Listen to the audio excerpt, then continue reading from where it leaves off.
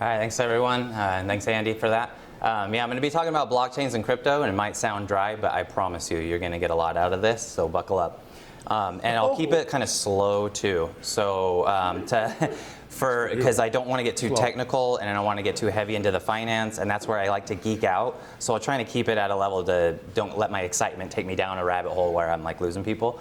So, but it'll be pretty easy. I'm pretty good at this actually.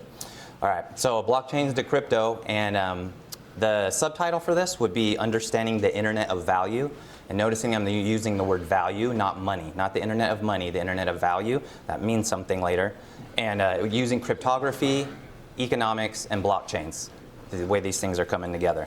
So I'm Jeremy Saxey. I am co-owner and CTO of RadiateWP. We manage websites for businesses on WordPress. So that's what I do professionally. I've been doing that for about 15 years. I call blockchains my hobby, but I was first introduced to it when the Bitcoin white paper came out. I heard about that pretty early on, so I didn't know it was going to be that significant of a day, so I didn't record it. But that was about 2010, but I didn't do anything with it. I just thought it was cute technology.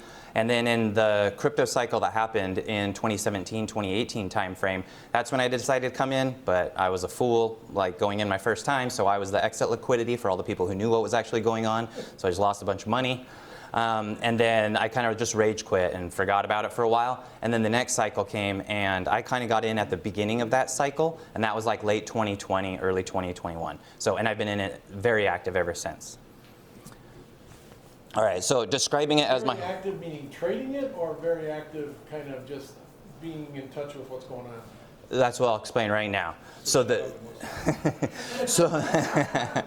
so I call it my hobby, but I am part of a digital autonomous organization. So there's digital organizations being born because of this technology, and I'm part of, it's called Mainnet DAO. That's why they call them DAOs. So that, think of DAOs as like just another type of like LLC or structure, but it's not illegal. It's an electronic-based entity where you kind of have a more informal structure. And then right here in the second one, that's in HodlerCon 2022. So my community, and then there's some adjacent communities, also have another DAO where we actually create we create conferences so that we can meet up in person. And this is one that I went to in 2022. That's in Hawaii. It was family friendly, so I got to be there a week with my son. And so at a crypto conference in 2022. And then this is me speaking at WordCamp Phoenix. Back in March, and I was speaking on blockchains and things to that audience there. So, so as you can see, it's my hobby, but I am very active in it. It's a big part of my life.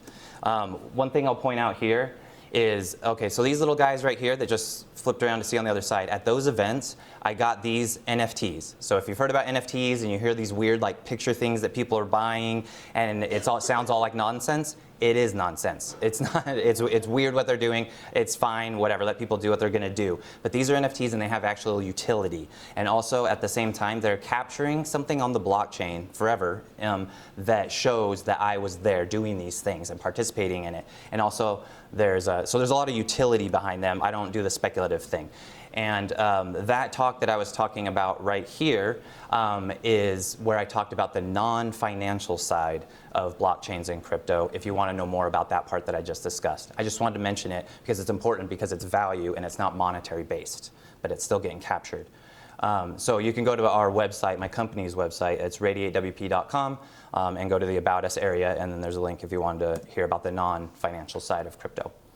All right, so I could probably better describe it as being hobby-ish, because it's really becoming a major lens through which I see the world. So today I just want to kind of share what that looks like for me. What am I seeing? And also how that's shaping my ideas of what money is and what value is and how it can be captured and utilized.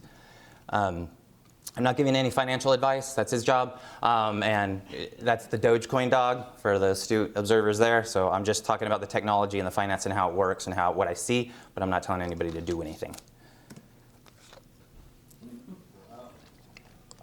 All right, real quick. So has anybody here owned it, played with it, interacted with crypto much at all? I got 1, 2, and that's about it? Cool. No way, Doc. Really? You have? Yeah. Jim, you've done this? Oh, he was early. I loaded it up in 2009, and now that'll never be anything. Now, winner or loser? No, I mean, I probably threw away a computer in 2010 with 5 Bitcoin on it. But, I mean, I had all I this asked stuff if you're a set up. winner or loser, not if you're just No, I'm a being loser. stupid. I didn't ask that. Yeah. That's what he meant. And that, yeah, that 5 Bitcoin, that's a couple $100,000 today. So No, I mean, just know that. I would have been like the guy that bought the pizza for 10,000 Bitcoin. I was just going to bring that up. Yeah, and as techie people that were interested when we heard about Bitcoin, we're like, that's an interesting technology. I remember hearing there was this infamous story really early on in Bitcoin days where a guy bought 2 pizzas for 10,000 Bitcoin, and it really spread on the internet. And at the time, there was no concept that we were going to be where we are today. I just thought, oh, that internet money thing that they were playing with, that's cute. Someone bought a pizza with it. For 10,000 Bitcoin, that's a multi-million dollar pizza now. So, Is it the same Bitcoin? yep, same Bitcoin. Yeah.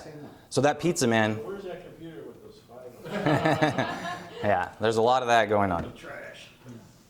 Okay, so then there's not a lot of interaction with crypto in the audience. Okay, so let's hit the ground running. A lot of people say like, well, blockchains, what do you do with them, blah, blah, and it's all kind of weird. But let's get this point really clear right here to understand, and I'll tie it to the concept of the internet itself. That blockchains go mainstream when they become invisible. You're not supposed to interact with them. They're just supposed to be there. So think about the internet. During the dial-up internet days, you used to have to connect to the internet and go online in order to do stuff on the internet. Now you're just getting notifications, looking at apps, messaging people, and you're not going online to do it. It's ubiquitous. It's everywhere. It's just there constantly. It's on my watch. You know what I mean? So it became invisible. It just became everywhere at once. That's what blockchains are going to do.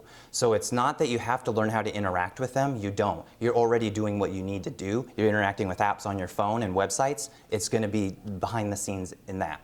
So a thing that I like to tell myself a lot that will be really helpful here is I always tell myself, if you want to have a different result than the average person, you have to think and act different than the average person. So putting these two ideas together, my purpose right now is to help you see what is and will be invisible to most. We're going to see what's happening underneath that, and most people are not even going to get what's going on. All right, really basic. Blockchains sell blocks. That's what blockchains do. They sell blocks. Sounds weird, right? But they do. They sell blocks. So in order for a blockchain to run, it needs operators, people to operate that chain, and they all need to be connected around the internet. So from this standpoint, this is kind of how I think about how I invest in blockchains. This is like my investment thesis. So you can kind of, knowing those two things I just told you, that blockchains sell blocks and you need operators to run the chain in order for it to even exist. If there's no operators, there's no chain. It doesn't exist. Then think of it like a company and think about what's the revenue generated by that blockchain. And that is generated in the transaction fees. When people use it, they pay transaction fees. That generates revenue, and then block rewards. More Bitcoin is being created constantly, and that goes to these operators, the people who operate it. So that's how they get their revenue. The blockchain generates that revenue and gives it to the people who operate it. And then on the expenses side, to run those, to the equipment, to run the operating system of the blockchains, you have your capital costs. You have to buy all the hardware and things like that. And then you have your operating costs. You have to pay for all the electricity, the internet connections. Say in Bitcoin world, there's big mining operations, and they have facilities and staff to security like that. So those are costs to run the network. And then now, is it profitable or not? So the revenue that the blockchain creates, and then the expenses that it costs to run that blockchain, equals your profit. So a way to kind of think about if you ever wanted to invest in a blockchain and you were concerned about how to analyze it, just think, are the operators who run it profitable? If they are, it's sustaining itself. If they're not, it's going to eventually fade because there's not money there to run it, so it doesn't work. So what we say in the blockchain world, if a blockchain can pay its operators, they can operate profitably, you can say that that blockchain has economic security, because there's economics happening on top of it, and if people put money into it, and there's actual real money there, like 10,000 Bitcoin or 5 Bitcoin, and there's all of that money there, it has to have economic security. It has to be able to sustain itself by its own activity. And so we say it has economic security. If it doesn't have economic security, it doesn't get profit to the people who operate it, then it's not a good blockchain. All right, let's talk about Bitcoin. I'm talking about Bitcoin, but it's only going to be for a second. Because when I say crypto, people say, oh, like Bitcoin? And I say, yeah. But inside I say, not really. So this will explain Bitcoin and what it is, what's great about it. So here's the Bitcoin white paper that came out in 2009. And it's supposed to be a peer-to-peer electronic cash system. That's what it was designed to do. So when you see right there at the very top of the abstract, it says a purely peer-to-peer version of electronic cash that would allow online payments, and they could be sent directly from one person to the next without having financial institutions involved at all. That's what it was made to do. That's Bitcoin's purpose. All right, so from that standpoint, so it's a peer-to-peer digital currency, but it had a couple of really cool inventions. It was a lot that had to be invented to make it work. So it created cryptocurrency, a way to pay in its own native unit of account, which is insane. That's pretty crazy that they were able to invent that. It invented a blockchain. That didn't exist before either, too. So you have this record, this public record, global record of transactions that we can all see. So we know what's all going on and we're all in unison about what it actually is. Nothing can be hidden. And then also it developed something that's how do you get consensus? How do you say what's valid in that chain? What are valid? That's what the node operators do. Their software is checking to make sure all the blocks that are there are valid. And so it designed something called proof of work. And all that means is that you have computing power. With the computing power that you contribute to the Bitcoin network, you prove that you've done a significant amount of computing power, and then that gives you a right to run the operating system of the blockchain. All right, so let's go to Bitcoin specifically with that blockchain thesis. And I'm going to be changing topics in a minute, but this is, again, just going through Bitcoin, thinking about it. So it's revenues, it's expenses, is it profitable for the node operators? So somebody already figured that all out for us. This is Bitcoin. You don't have to understand anything on this chart. I'll point to what's important. But from the beginning of Bitcoin until now, how many days have node operators been profitable? They've been profitable 2,184 days. They've been unprofitable 2,447 days.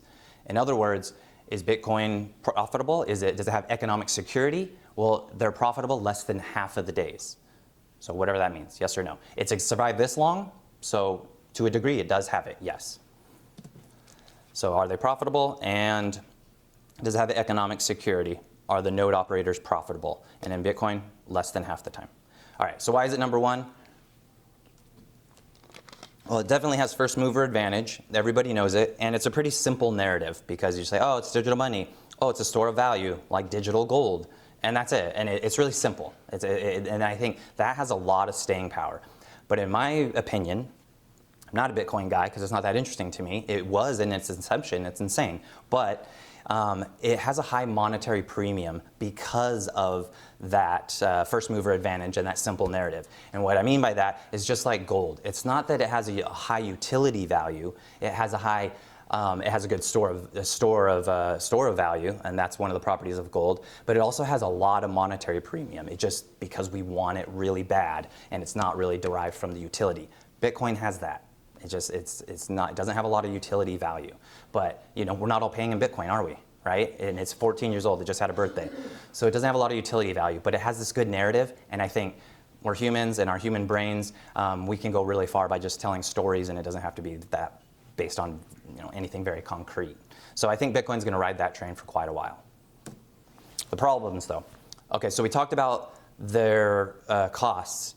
To run the Bitcoin network, because it uses the computation power as a way to reach consensus about what's valid in the blocks, it uses computation power to run, it has insanely high electricity costs. The Bitcoin network in the world uses the same amount of energy as some middle-sized countries. It's no joke. It uses a massive amount of electricity, the Bitcoin network. And again, that's one of the reasons I'm not a fan of it. It's wasteful. You can do better. It's easier than that. Another thing about that is the people that are buying Bitcoin, it's a buy and hold strategy. So they're treating it like gold. There's barely any transactions. And remember, those people that run the operators, they're funded by new Bitcoin that's created, and also the transaction fees that people pay to transact.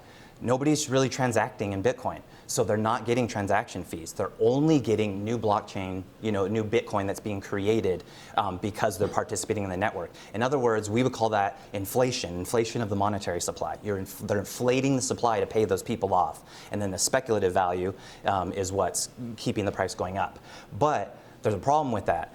The Bitcoin network is they set a hard cap on how many Bitcoin are ever going to exist, and it's 21 million. That's all that'll ever exist of Bitcoin, unless they change something. It's technology, we can upgrade. But it's set at 21 million is all that'll ever be created, and already about 96, I think it's higher than that, 97% of all Bitcoin that's ever going to exist of that 20 million is already out there. It already exists. So Bitcoin is not very economically secure if people don't start transacting in it, because that's going to have to make up for that reduction in new Bitcoin that they're being paid with historically. So that's my thing with Bitcoin. I'm kind of all done with it now. All right, let's get to where it's actually fun. All right, so Ethereum. That's the number 2 cryptocurrency, if you want to say that. So this is the white paper for Ethereum, and this came out in 2014, so 5 years later after the Bitcoin white paper by Vitalik Buterin. And so he saw something really special that Bitcoin did that a lot of people didn't. So he said it had 2 really important inventions that it created. One was Bitcoin. I mean, it created a cryptocurrency that actually kind of works. It created digital scarcity.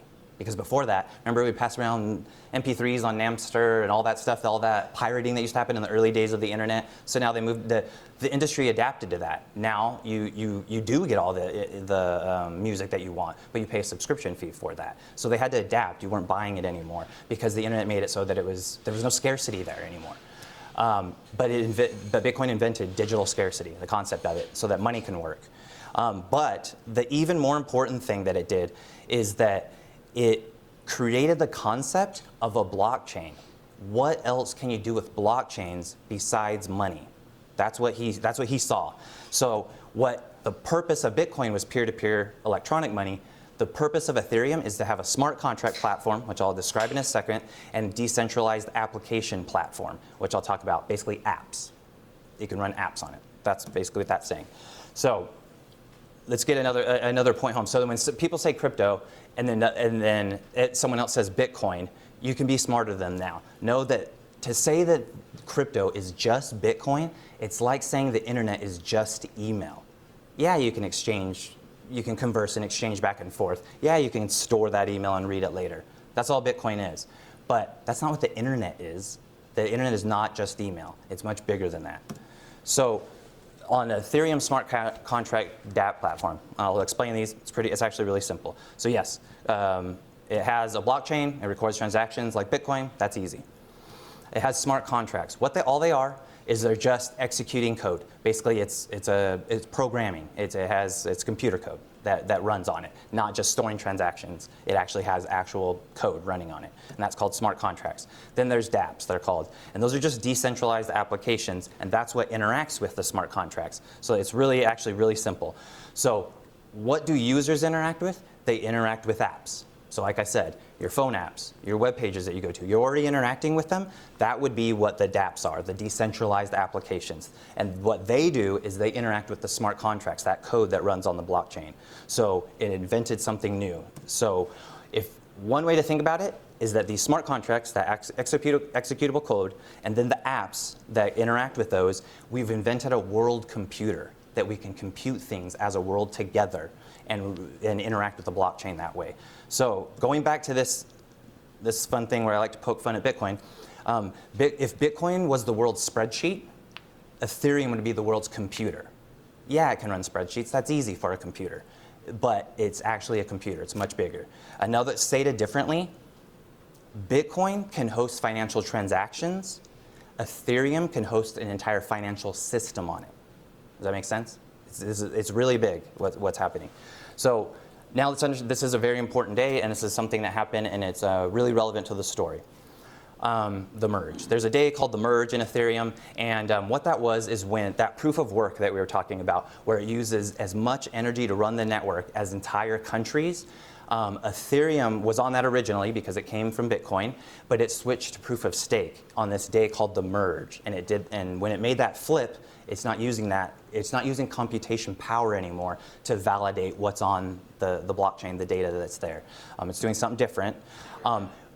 When it did that, when it made that switch from proof of work to proof of stake, the energy consumption, the energy usage of the Ethereum network went down over 99%.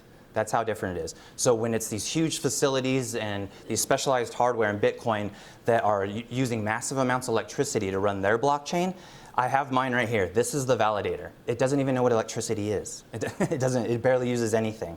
So it costs like $700 for that, and you run Ethereum on this. That's it. It's really simple.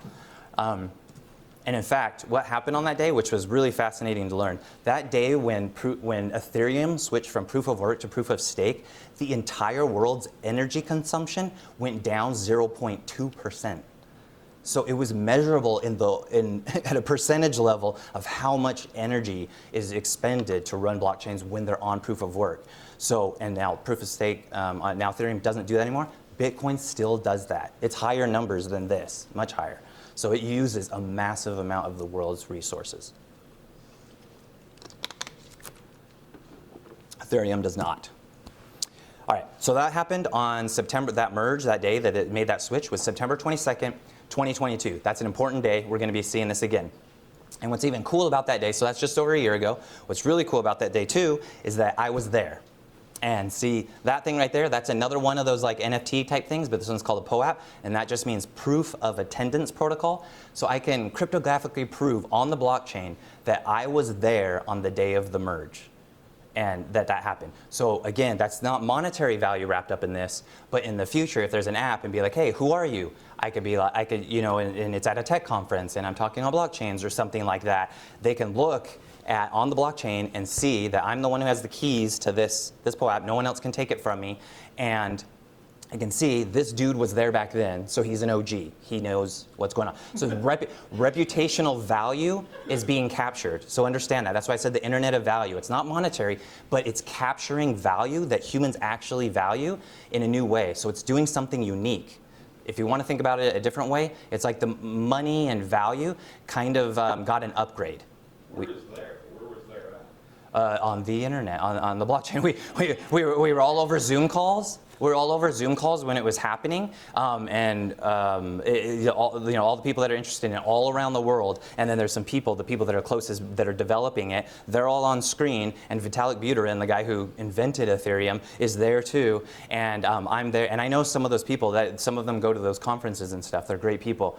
And yeah, we're all there on a Zoom call watching it, and we're watching this like computer code output, almost like Matrix-y like stuff, and to see like, okay, the switch is about to happen because it happens on a certain block. So it was like programmed to start on this block, it switches to proof of stake.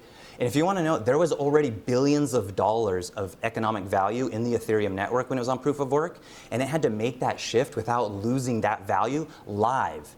And so it was the engineering feat was insane that was accomplished, because they were saying this is like changing out the engine of an airplane while you're in flight.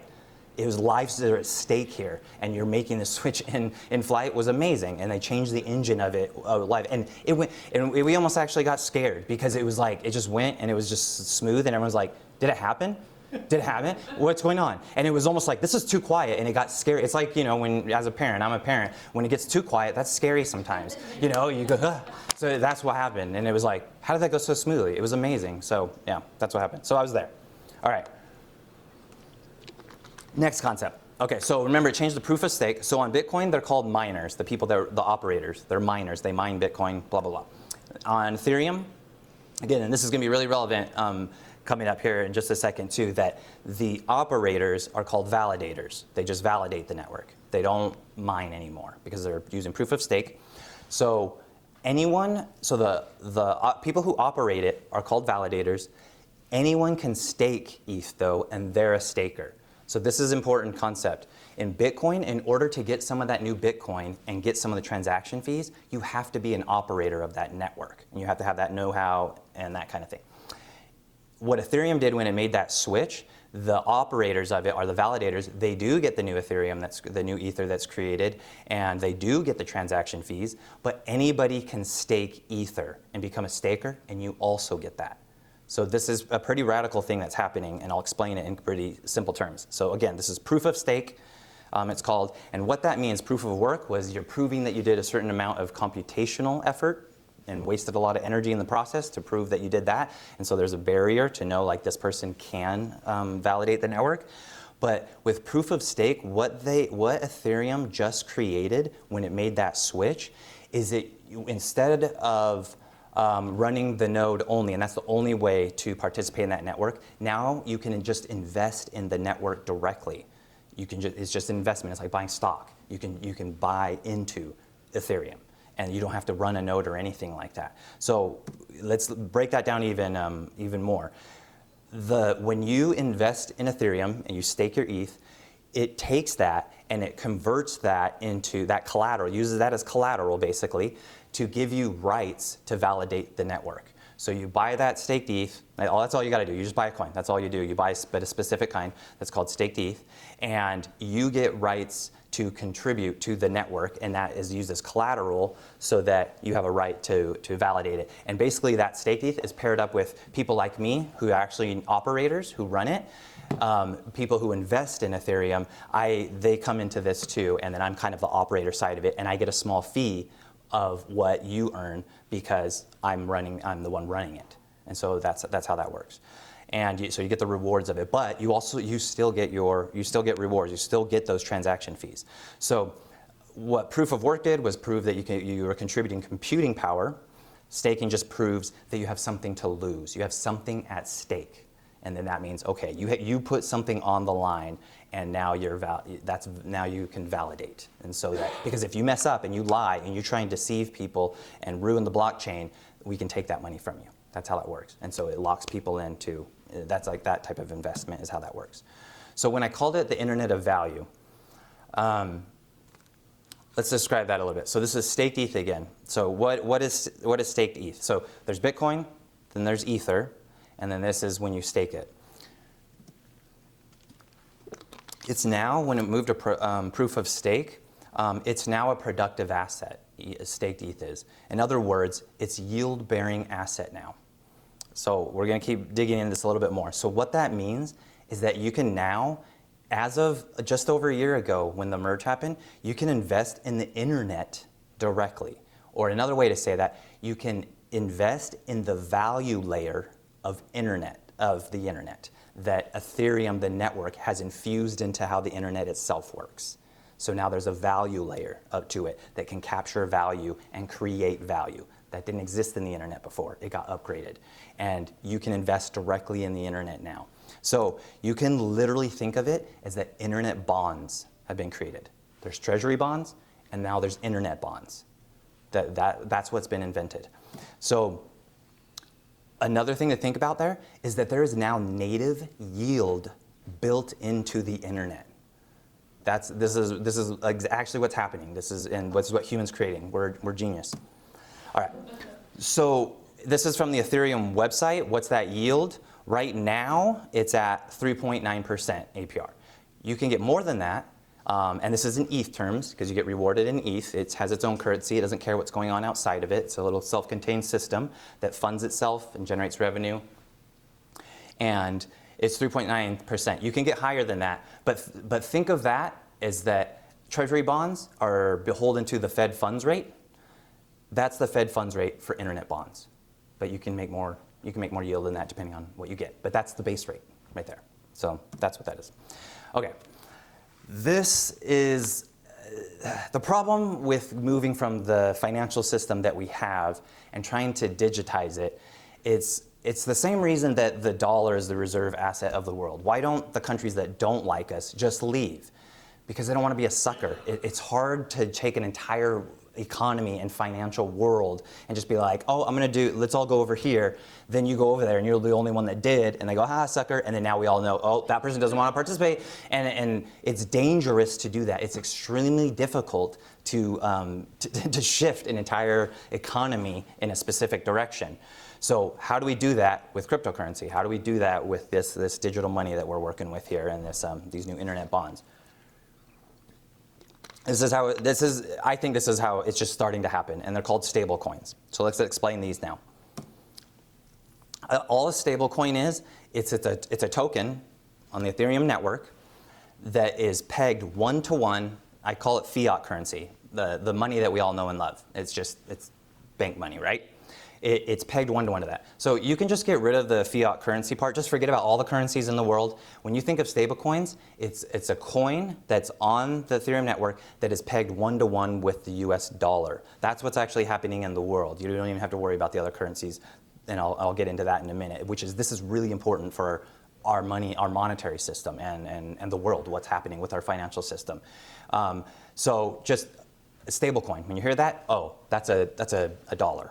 That's a dollar on the blockchain, and it's on-chain. So it's denominated in dollars, it's an on-chain asset, and it's $1 all the time, $1. And then there's but on the other side of that, what that is there's a liability. So it has to have some sort of backing to keep that peg.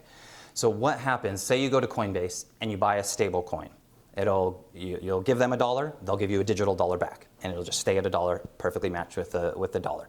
They take that cash and they can either put it into a bank or something like that to maintain that peg, and then, or what they're doing a lot of is they're going into, rates are high right now, so they're taking that cash and they're putting them into treasuries in order to generate yield on that, in order to keep that peg. And so when you think about it, if U.S. Treasuries should be tokenized and put on blockchain, well, it's kind of already what's happening, rather in a roundabout way, because people are giving cash, I want the stable coin, but then they're taking that cash and putting it into treasury bonds to get yield on them. So you still have a dollar that's perfectly pegged to the dollar one-to-one, and they're short-term. They do only short-term bonds, so that it keeps rolling over, so it keeps liquidity going. So there's not like bank run ideas and stuff like that. And then also another thing that they're doing is they're starting to back stable coins and keep the peg to dollars, but using a little bit of crypto in the back. So just like we use treasury bonds to in order to get the yield behind that stable coin, they're also using now staked ETH, the internet bond. So now there's treasury bonds and internet bonds that are starting to back these stable coins. And this is all brand new within the last year. Well, stable coins aren't brand new last year, but the internet bond part of it is. Okay, so here's the top 10 cryptocurrencies by market cap. You can see at the very top there, this is as of yesterday. The total market cap, all the money in crypto right now, is about 1.5 trillion. That's just where it's sitting right now. Bitcoin's at the top, and it has a market cap, about half of that money is in Bitcoin, a little bit less than half so far. Ethereum is number 2, and it has less than a fourth right now. And remember, it started way later. The very next one, number 3, is a stable coin. So when you think of what are the most popular cryptocurrencies, it's Bitcoin, and then it's Ethereum, and then it's these stable coins. And you'll see that there's 2 of them in the top 10. So they're doubling up, so they even have more power than that. So, and when you look at their market cap, they're about 110 billion in them right now. So that's how much they are related to the overall, cryptocurrency market. They're out of that 1.5 trillion, they're about 110 billion. Also, look at the price there on Tether. See all the prices of all the other cryptocurrencies are whatever their price is. Bitcoin up at about 37,000 right now, but that stable coin at Tether right there, $1. It's always $1. You'll see there on USDC, the other stablecoin, it does have 0.9999. It's always $1. It's just they're using calculations like they are all the other currencies, and they're trying to do this little thing where they calculate, and so it's just a little miscalculation of how they track it. But it's always one-to-one. It stays. All right. So stablecoins, they're tokens on the Ethereum network, and there's really those two main ones at the top are pretty much the whole thing. For the most part. There's a lot more to it, but they make up the vast majority of it. So one is USDT. It's created by a company called Tether. What you need to know about USDT is that stablecoin, so these are digitized dollars, remember, these are all the non-US ones. That's how it fragmented. the outside world is using USDT. Inside the United States, we're using USDC. That's issued by a company called Circle, and that's here in the US. So out of those two, they pretty much make up the vast majority of stablecoins. And so USDT outside of the United States, there's way more digitized dollars than inside the United States. That's what that means. A lot more. But that's how the dollar already works. I think they used to call it the euro dollar, but even before the euro was invented, and that just meant all non-US dollars. And my understanding is they stopped tracking it decades ago, and we all know nobody has no idea, and nobody has any idea how many dollars exist in the world, but we know there's vast majority of them are way outside the United States, because it's the global reserve currency of the world. It's the one that everybody uses. I have a question for you. Could you hold Tether in the United States? You can. Mm-hmm. So some people do. They do. Uh-huh. Yeah, some people do, and you can buy it. But we'll get into it in a little bit, but they've been in court for a long time, the SEC. Yeah, they've been messing with them for a long time, yeah. So we'll get into that just a little bit,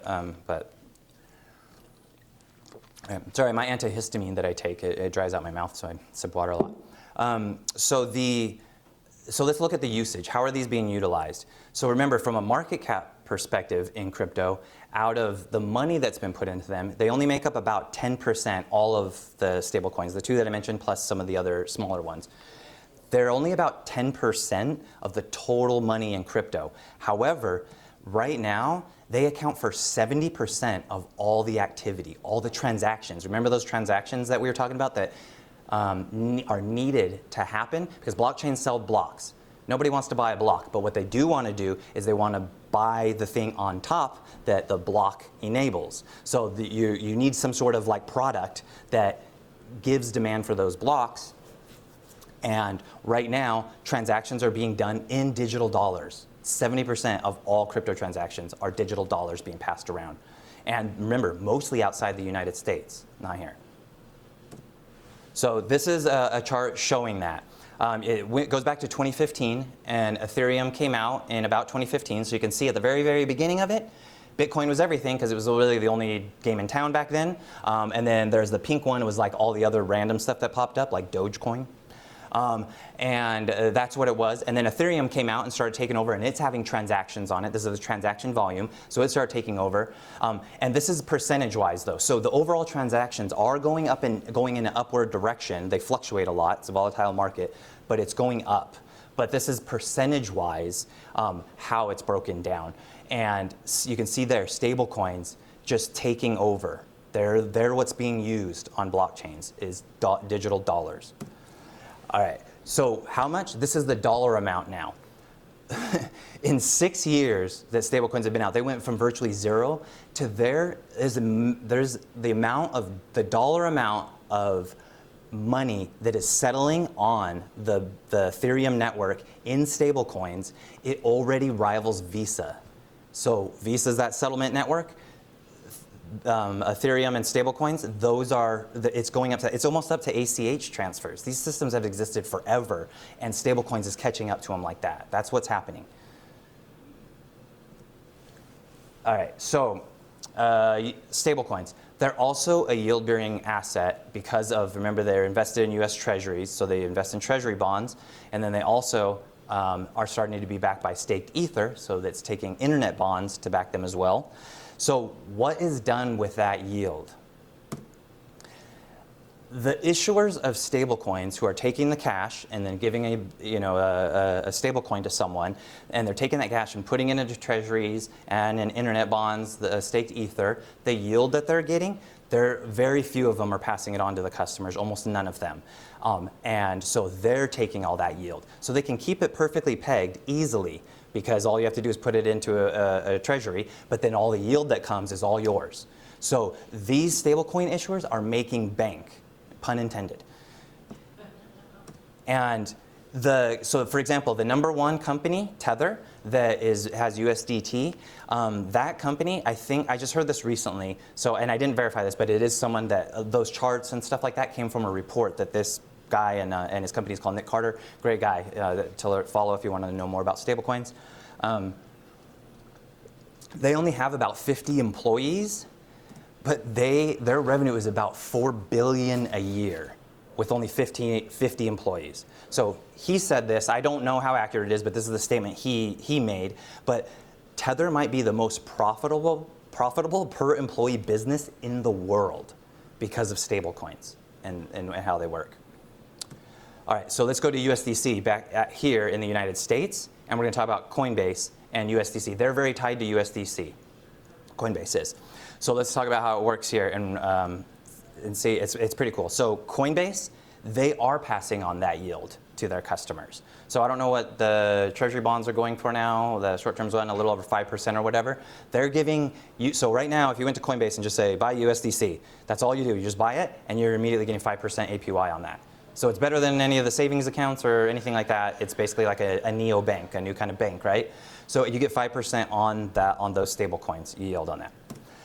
On top of that, remember the transaction fees that we're talking about. What Coinbase is doing with that yield is giving it to their customers.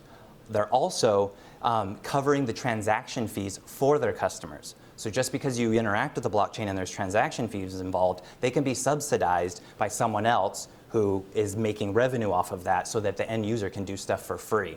So that they're also using it to cover the transaction fees. When people send USDC off of their, once it's on the blockchain, they can't control that. But when it's from their system, they can. On top of that, they have a debit card. And so I played with that too. They have this debit card where you can spend USDC. So it's not like it's in, so it's not like it's trapped in something and it's illiquid. You can go buy groceries with USDC. And then they on their end, it just goes through the Visa network. They just process it on the merchant side normally, but you can spend your USDC. On top of that, you get rewards in crypto for that. So as you're using your debit cards, you're earning yield on your money in this neobank account. You get to spend it, it's completely liquid, and you get to send for free off of there. On top of that, you can use a debit card, and when you use that debit card, you get crypto rewards on top of that. So you can actually buy Bitcoin, buy Ethereum, you can do those by just spending money. You can just get it. So, question, what are most of the stablecoin transactions used for? Buy other tokens, or?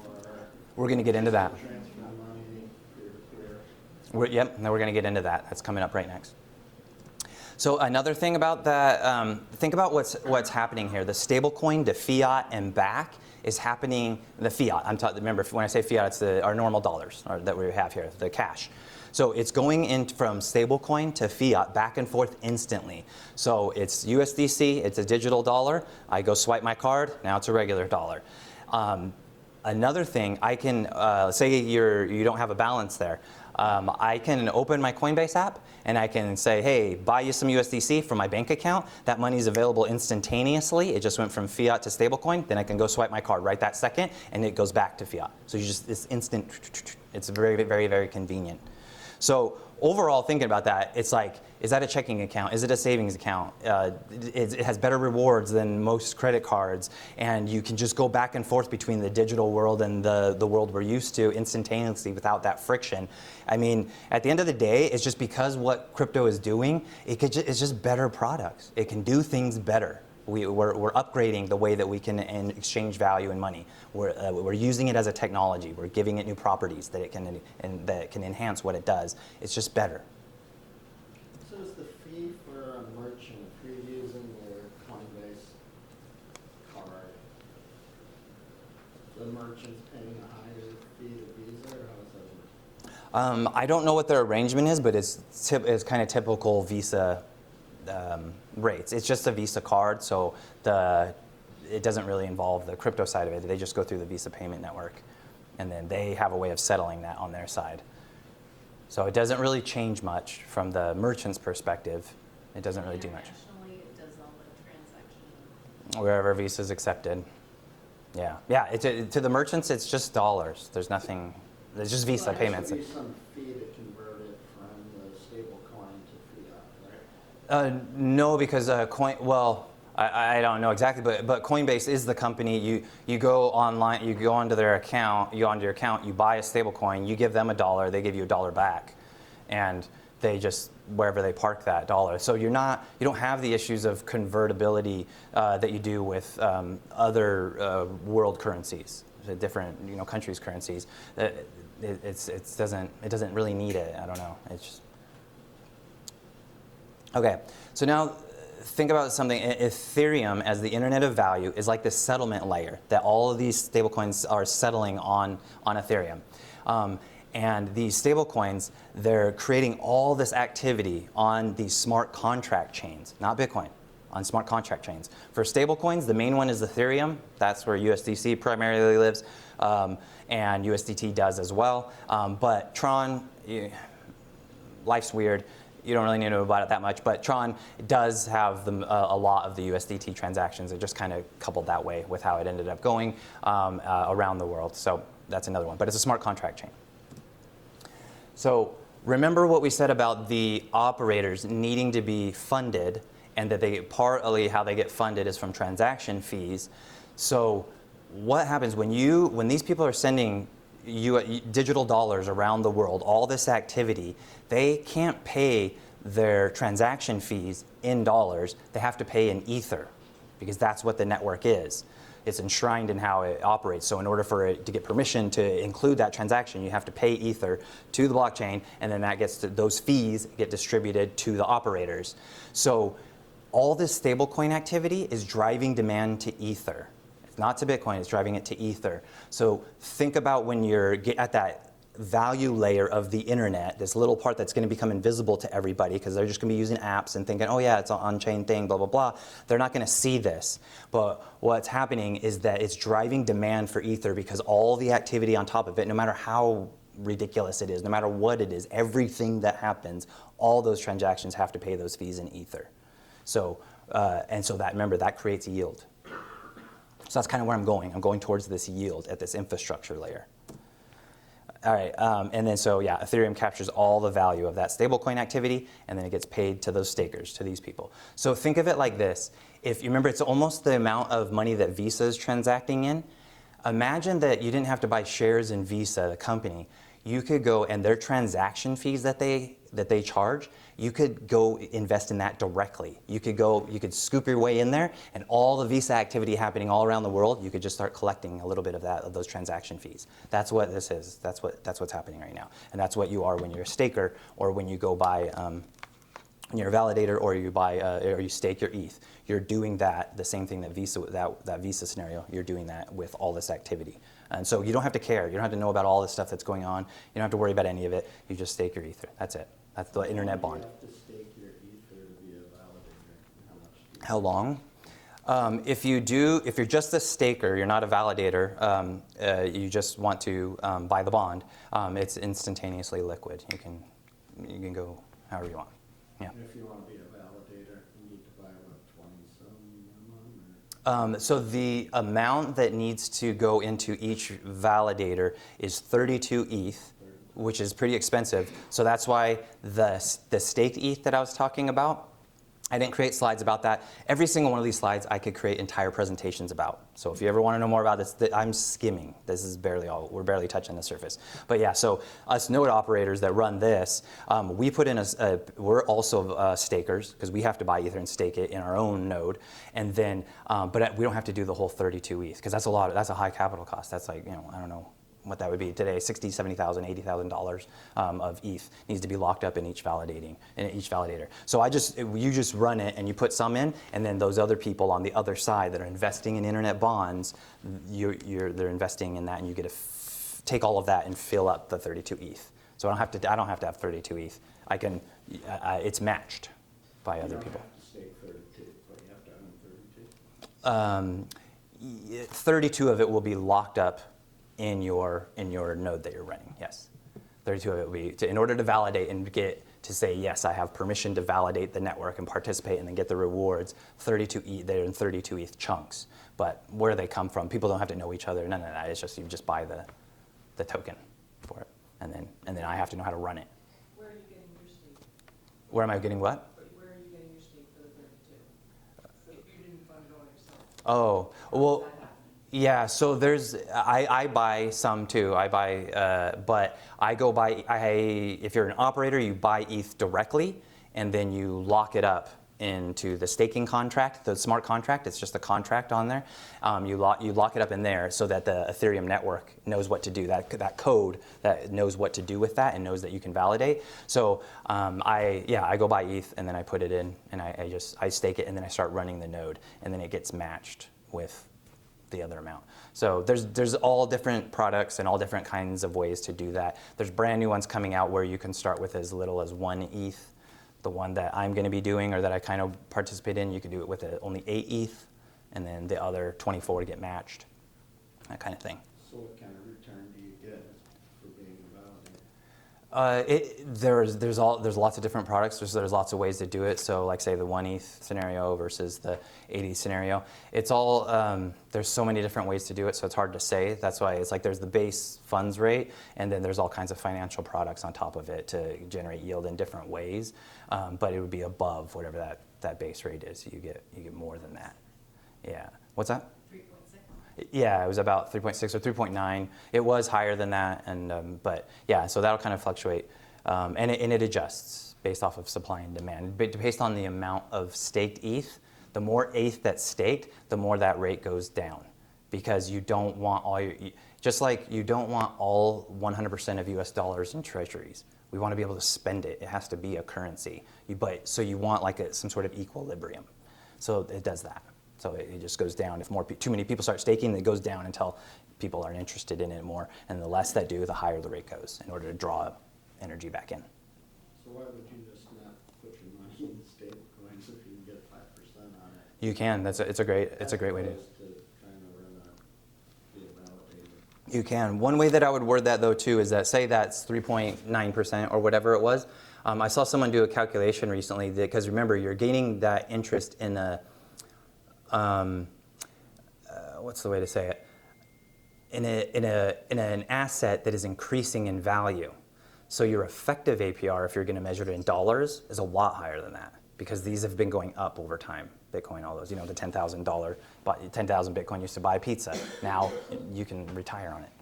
So they said the effective APR that they got over like a 2-year period or something, I think they were calculating it, that the price of Ether and how much they staked at the US dollars, saying how much that amount was, and then 2 years later, with that small amount of yield, but with the price appreciation, they had an effective APR of about like 67% or something like that over like 2 years. So yeah, so keep that in mind. It's not just, it's an appreciating asset.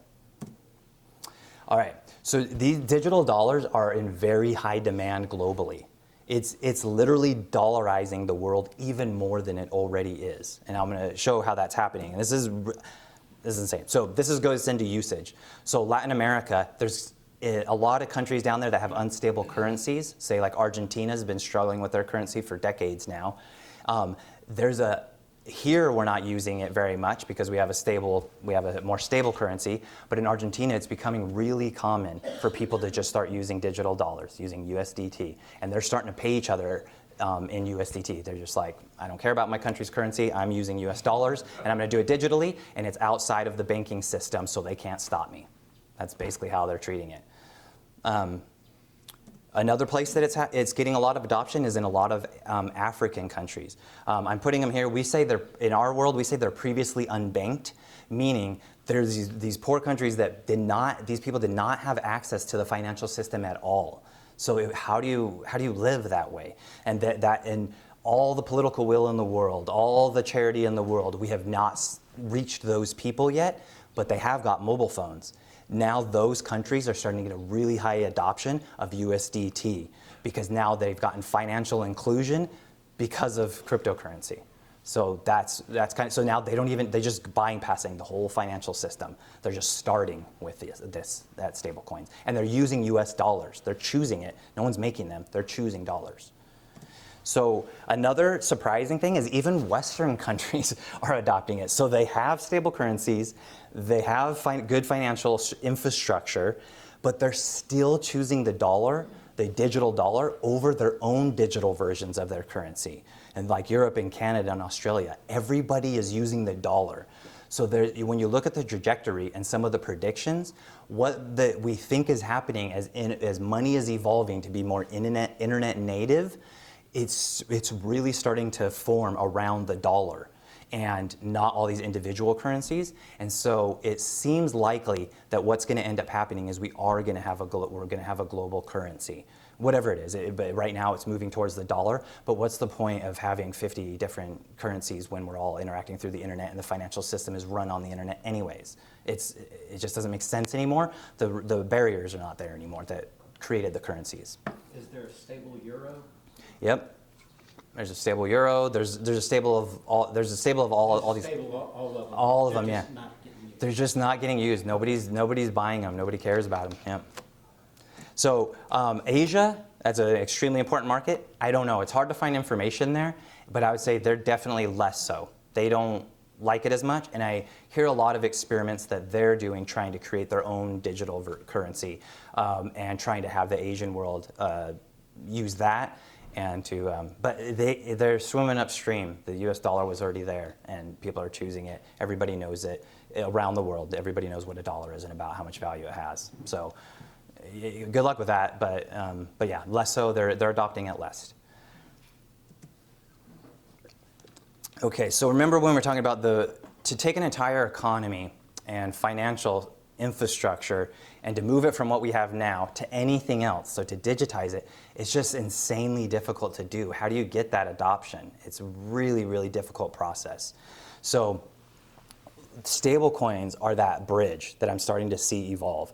So, and it's corporate companies issuing these digital dollars, not the US government. Politicians aren't doing it, corporate companies are doing it. Why wouldn't the Fed just buy stablecoin and have FedCoin, and the conversion eventually will just be into FedCoin? I don't know. I don't. I'll talk about that a little bit, but Nobody wants that one. yeah, it's. Kind of defeats the purpose of In Argentina, they don't want The that. purpose of what? There's a reason that the Argentines are doing it. They have 120% inflation. What do you want to, like, Yeah. right? Yeah. Yeah, and we'll talk about it a little bit more here too. So the corporate companies are issuing the stable coins. They're creating them and making it work. They're also figuring out how to handle the collateral backing of them. Regulations didn't tell them this is how you do it. This is how you use that financial product. They just figured it out on their own, and it's working. They're keeping the peg 1-to-1 without any regulation. On top of that, the global market is choosing the dollar without any mandates. No governments are saying, we flipped over to the dollar. They're just choosing it. So even over their own currencies, they just want dollars. So it's creating higher US dollar adoption just as this transition to digital is happening. So it's the market in the cryptocurrency market is really strengthening the dollar during that transition. And so it's all happening extra politically. The market participants have done the vast majority of the work. So the way that I see it, I'm like, how do we move the US to a digital dollar?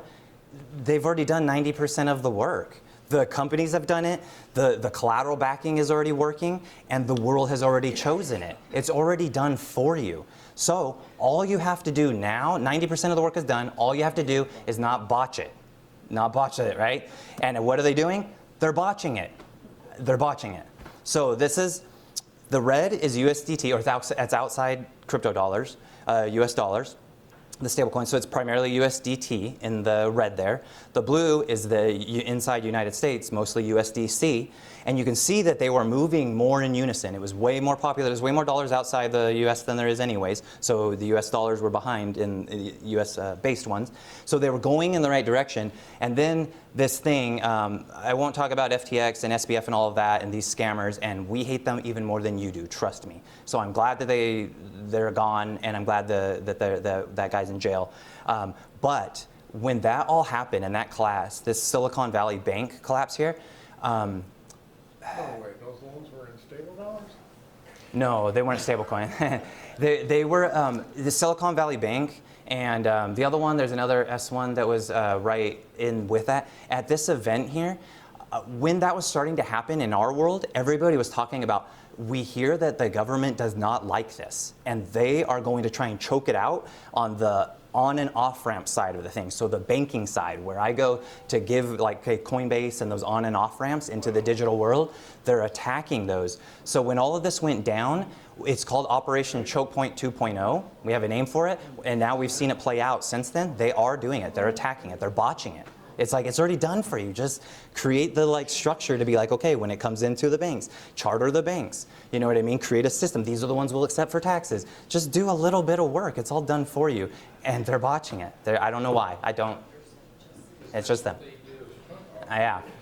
So you can, but what you can see here, what's interesting about that is look at how the USDT went up when that happened. People still chose dollars, but what they don't trust is US regulation and the hostile environment here.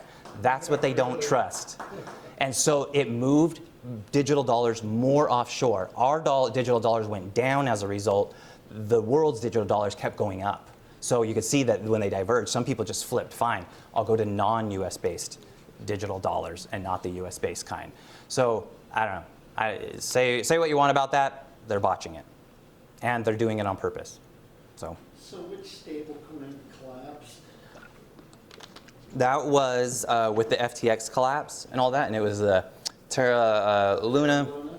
Yeah, and so again, that goes into these FTX people and SBF and these scammers, and they created something where they weren't backing them by dollars, like these ones are. They're backed one-to-one. And do we have any verification that these are backed? Yeah, they're starting to develop systems called, what do they call them? Proof of, I really like the proof of in this world.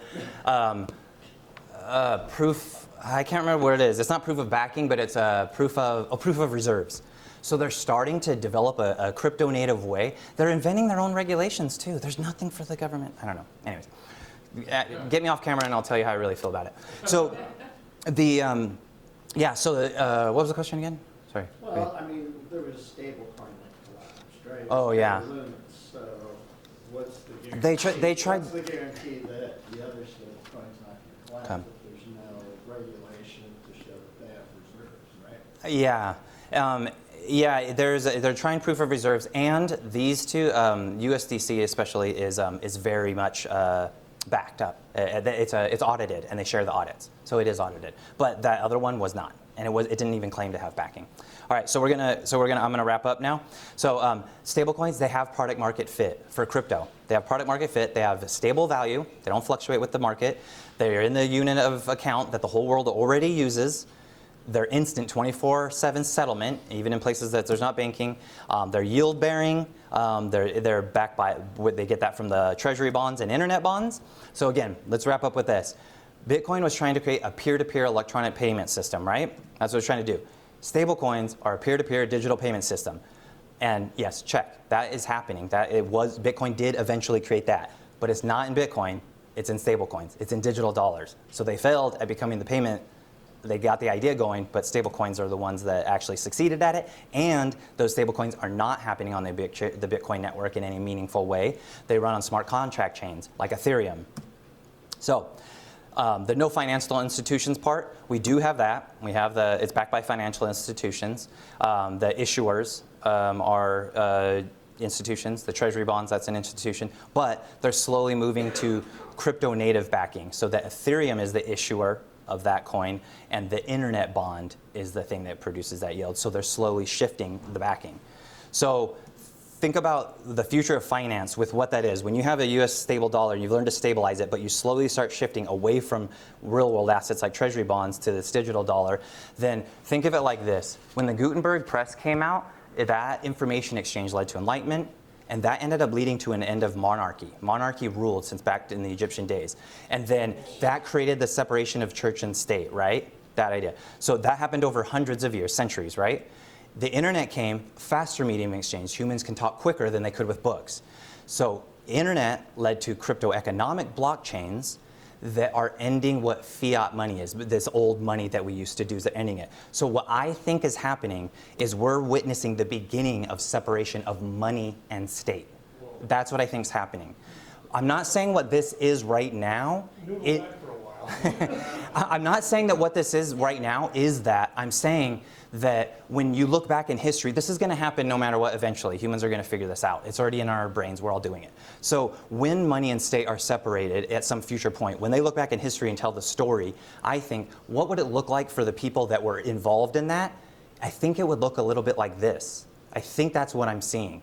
And I think it's not that this is the cake that we're baking. I'm saying I'm seeing all the ingredients and we're all saying, ooh, this is going to be delicious. I don't know what it is quite yet. And anyone who tries to tell you they know what the end result is, they're probably trying to scam you. But these are the ingredients. I think this is what it would look like if we separated those two out. So that's it. So we're barely scratching the surface. I'm all done. But if you're interested in all of these topics I talked about, being like a validator, running one, and you want to play with it, I'll help you set one up. They're really fun. If you want to be a staker and invest in internet bonds, you can, and in consulting and speaking. I love talking about these things, and I like the challenge of having to look at it from a new perspective. So the more diverse it is from something that I am used to, it helps me even more because I get to see this very deep thing, like how it interacts with everyone in all sides. So please use me. I want to talk about it. And you can go to my website and contact me, radiatewp.com again, and go to contact. And the slides and everything will be available there. So thanks a lot. Appreciate it. Fascinating. Nice job. Well done. Tell me, 30 years ago I picked golf as a hobby. How did you pick this? Right?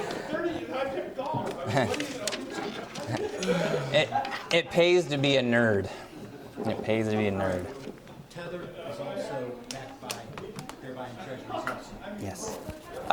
They do use treasuries as well.